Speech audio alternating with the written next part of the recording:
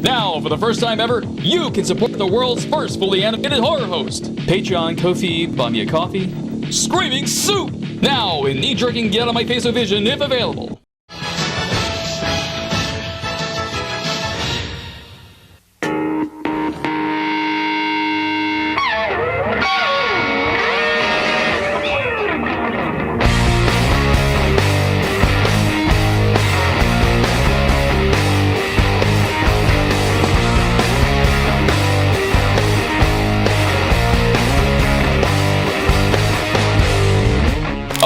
Screen freaks, you made it just in the nick of time. Any later, you would have missed all the excitement for what could be the most important interview of my horror host career. You've seen me yap with the best of them, from the Candyman to Danielle Harris, but that may not be enough to prepare me for the Horror Hall of Famer I'm about to chew the fat whip tonight. Kane Hodder has been in the business of scaring the shit out of folks for decades, thanks to playing everyone's favorite mama's boy in the Friday the 13th flicks, and the star killer in Adam Green's over-the-top Swamp Slasher series, but I'm more interested in his countless Fall Guy roles in between those movies no one ever talks about. Yes sir, digging into Kane's filmography like a chigger, I promise to throw him some deep-cut questions guaranteed to bring us all new facts and trivia not even covered in his bio flick. None of them what's your favorite this and that softballs we've already heard a billion times on DVD bonus features. Whoops, that's my cue, Screen Freaks. Wish me luck. Howdy, y'all. Thank you kindly for coming out to this momentous occasion on behalf of our favorite stop for yesteryear and today's playful plastics, Toy Federation. My name's Dead West. I'm the star of Screaming Soup, and I'll be your host through this spirit-breaking Q&A, sure to rattle some skeletons in our guest's closet. Hey, where's Kane already? Well, just hold your horses, I'm getting to him. Hey, we didn't come out this way near a stage hog wannabe. Where's Kane? He'll be out soon enough. Now, if y'all can just give me a damn minute, I've still got another 10 minutes of a cold open in that practice. Why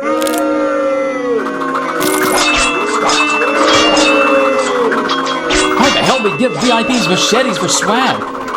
Forget it. Creeps and yahoos, beasts and freaks. Without further ado, he's lean, he's mean. He didn't need to be in Freddy vs. Jason because he already played Freddy and Jason in the same movie. Kane Hodder.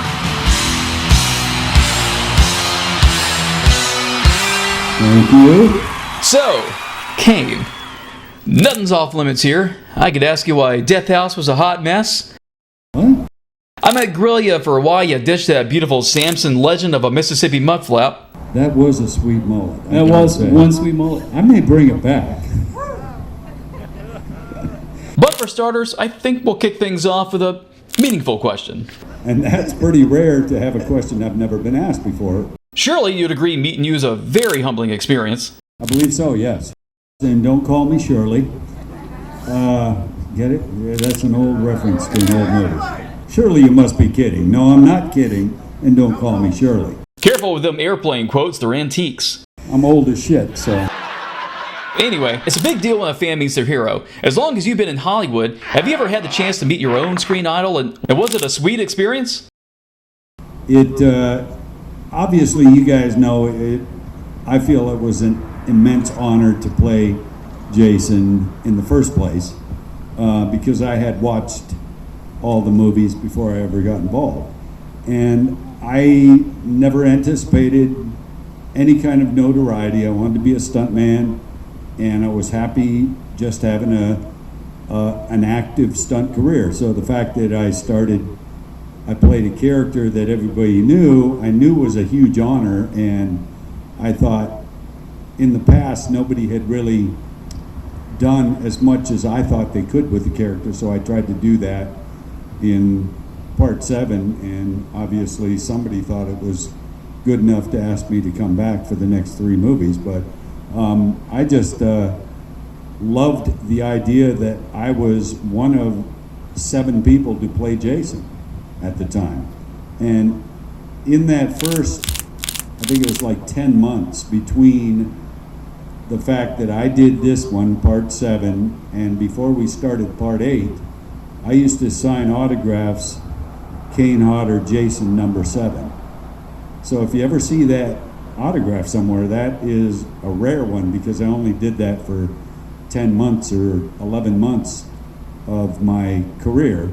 And once I played the character again, I dropped the number 7, of course, but I never really expected to play the character again. And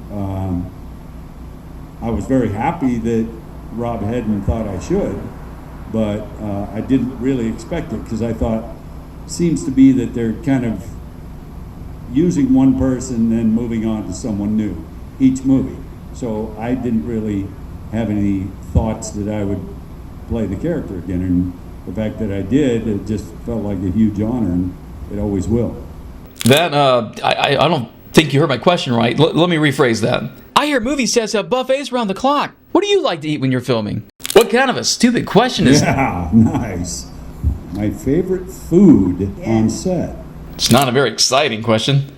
The one thing I ate constantly throughout all the movies, including the Hatchet movies, and even during stunt films that I did, peanut butter. The chunky kind? Not chunky, it's too unwieldy. But yeah, I've always been a big peanut butter guy. Wow, I did not expect that question. Okay, enough from the peanut gallery. There's a professional up here already acting as your voice. When you kill your adversaries, do you prefer using weapons or feel their life slip through your very fingers? I've always thought the kills with only hands were more brutal, because anyone can kill with a weapon. But, you know, my favorite Jason kill is the one killing someone with something that's not a weapon, and that's a sleeping bag. Anybody can kill with a machete, but kill somebody with something that's supposed to provide comfort, that's pretty good. Good thing you're not in a yellow sleeping bag right now. But yes, some of the favorite ones of just hands certainly are Julius on the rooftop in part 8, punching his head off, because that's very difficult to do. I've tried to do it since the movie. Can't do it. The neck is far more resilient than you would think. How much say do you get in how you get to slaughter your victims? Adam is very generous with letting you have input as to what your character should do. Whether you're the killer or not, he's very, and I always say he's very secure in his abilities to allow actors to have input. He may say, well, I'm not sure that would work because of so-and-so in the storyline, and that's fine, then it makes sense. But so many directors are not secure, so they think everything has to go their way or they're losing control. But Adam is very good about listening to suggestions.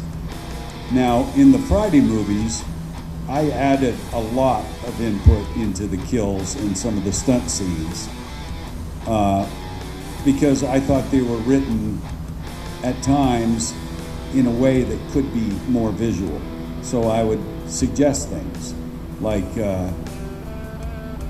one that comes to mind is in part 7, that I walk up the stairs, and in the script it was written as Tina makes the light shake and it hits me in the chest and I fall down the stairs.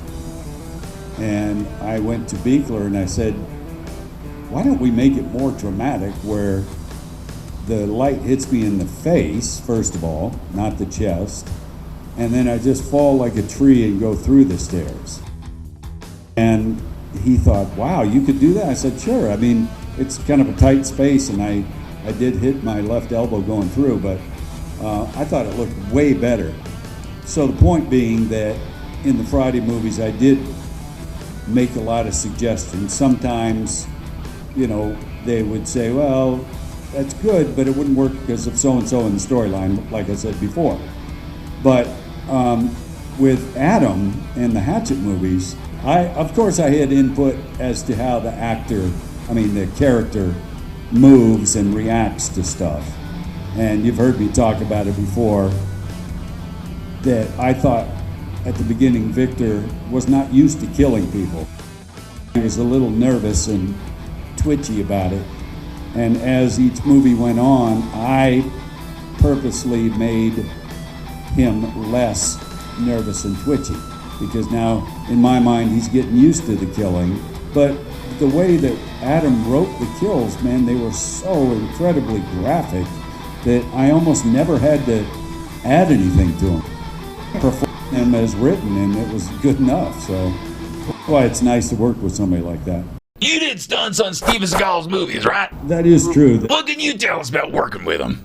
I did 3 movies with Steven Seagal, and that's about it. Everybody clap their traps. I got a lot of questions about Kane's stunt work on Who's the Boss, and I'm never going to get to them if y'all don't fact check. Really? I see you're wearing threads for The Who, which is pretty rad. What's your favorite album, dude? Favorite what? Album. Who?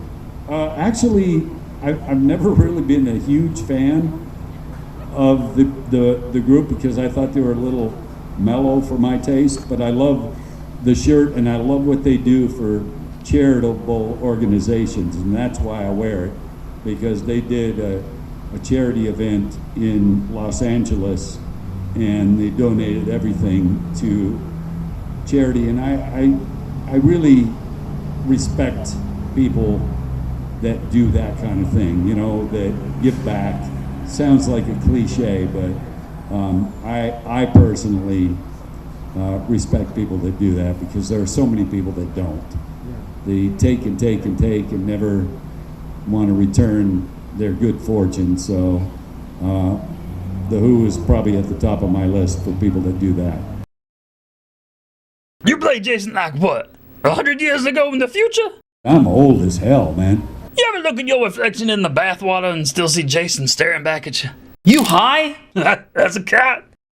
No, I mean, I think anyone that is known for anything that they really worked hard for will at times think that exact thing. Holy shit, I'm actually Jason. I used to love watching that character, and now that's me. So of course there are times where that revelation happens.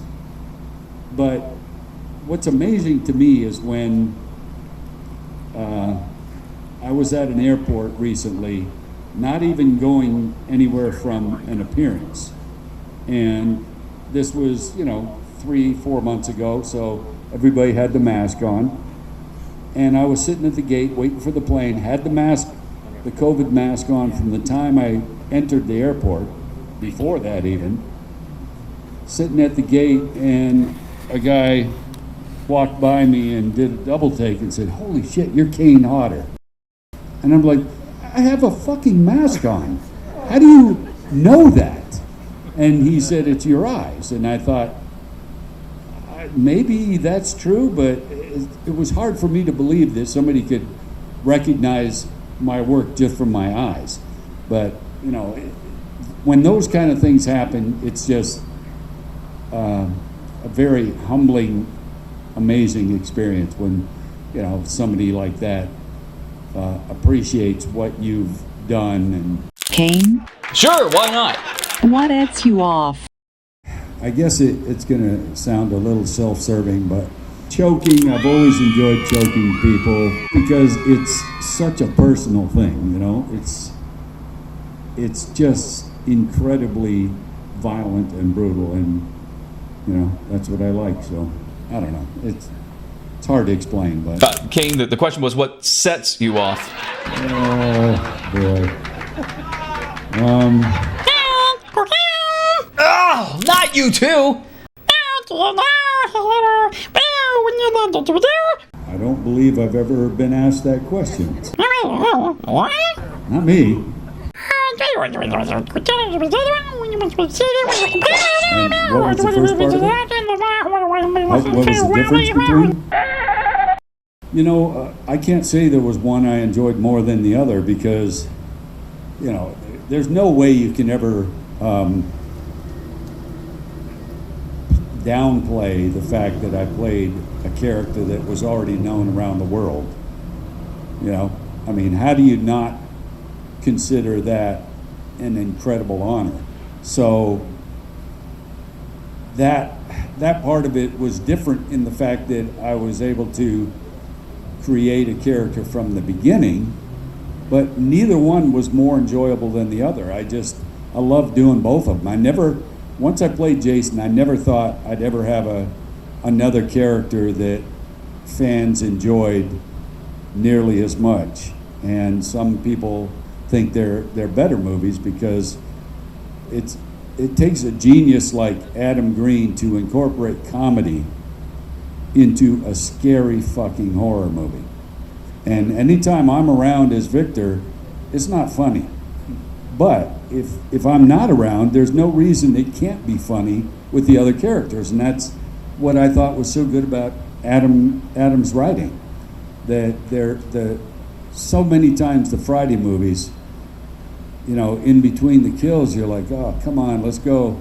It drags, and the scenes with the characters get, you know, tiring, and you're waiting for the violence to happen again.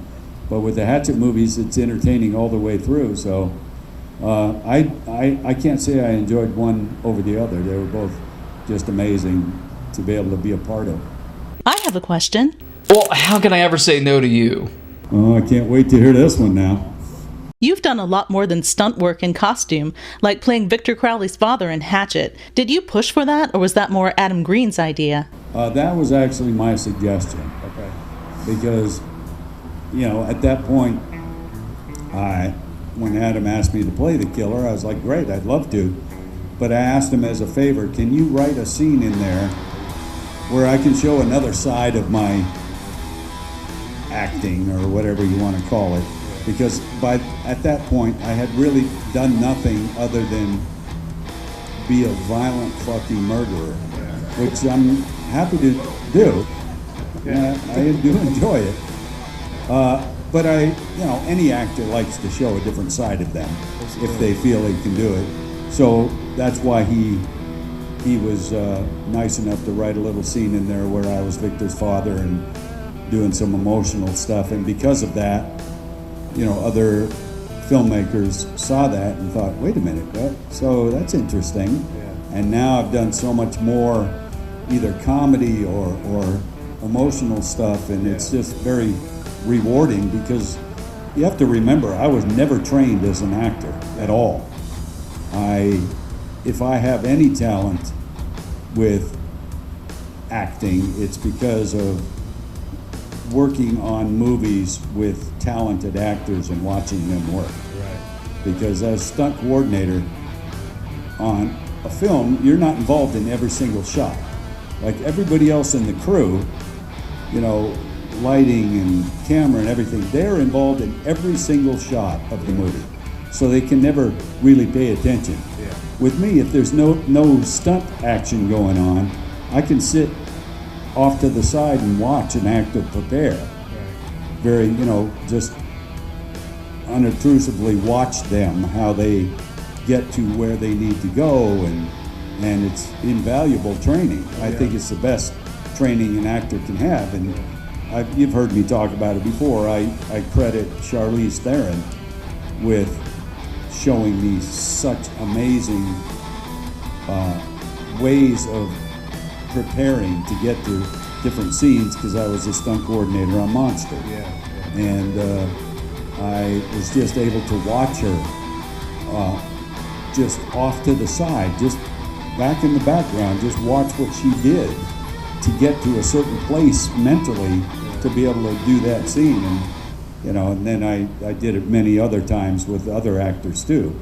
So it was just very helpful. Not a bad question, love. No! Sit your ass down! What's your favorite Jason movie? My favorite one that I've done certainly is Part 7. Just because, again, as a stunt person, Jason never had to do as many stunts as I had to do in that movie, in any movie, before or since, because he was creating the havoc, and nothing was really being done to him. So that'll always be my favorite. Plus, the look of Jason was, I think, the best. And I guess because of that, it's my favorite one in the series. But I also really like Part 6. I think CJ did a great job. And the story was interesting, well done. And I'll always like Part 4, too. You know, Ted White did a great job as well. So. My favorite one is the one where Jason takes a cruise to Canada. What part of Canada, by the way? Vancouver. I thought it was Ontario. Jason X was Ontario. Why all the pop quizzes? You never remember asking them when folks get back to you with the answers. You know. What was it like playing a haunted pizza in House 4? Not another peep, you hear? It's time y'all let me get the business up here and press Kane for why he skips leg days and his every other day workout routine. Hey! What the... Where'd he go? Show's over, man. Kane's already off to his next gig.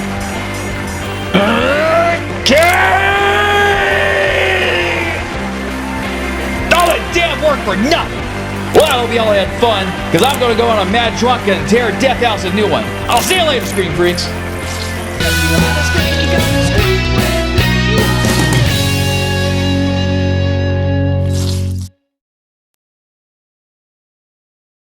I'm old as shit, so that's what Ella told me anyway. Ella! She said, I'm old as hell, man. Howdy there, Screen Freaks. Your amigo Dead West here, and boy, have I got some big news for y'all. It's time again for the annual Rondo Hatton Classic Horror Awards, which, if you haven't heard, is like the Oscars of horrific entertainment, and we just found out your #1 animated cowboy skeleton has been nominated for Favorite Horror Host. Woo-wee! This is huge deal, Screen Freaks! Just imagine if our underdog program managed to win one of the most coveted prizes in the horror host community, won by some of the most iconic TV legends. But we can't win Favorite Horror Host without your vote, so here's what you do. Type Dead West for Favorite Horror Host with your name or it won't count, make the subject Rondo Awards, and fire that sucker to taraco@aol.com by no later than March 29th, 2020. One vote per person, and you can check out the rest of the ballot for any other categories you want to vote on, like favorite horror movie, TV show, comic, and such, at rondoaward.com. Send your vote, spread the word, and let's make history, Screen Freaks! Well, howdy there, Screen Freaks! Well, thank you kindly for watching, and help yourself to more servings of Screaming Sue by visiting our site at screamingsue.com. You can read our weekly updates, character bios, and interviews, catch up on past episodes, browse our store, and drool over the Howlin' Hottie of the Week. If you want to scream at us, just holler at screamingsoup@gmail.com, and don't forget to stalk us through social media, conveniently linked at the top of the site.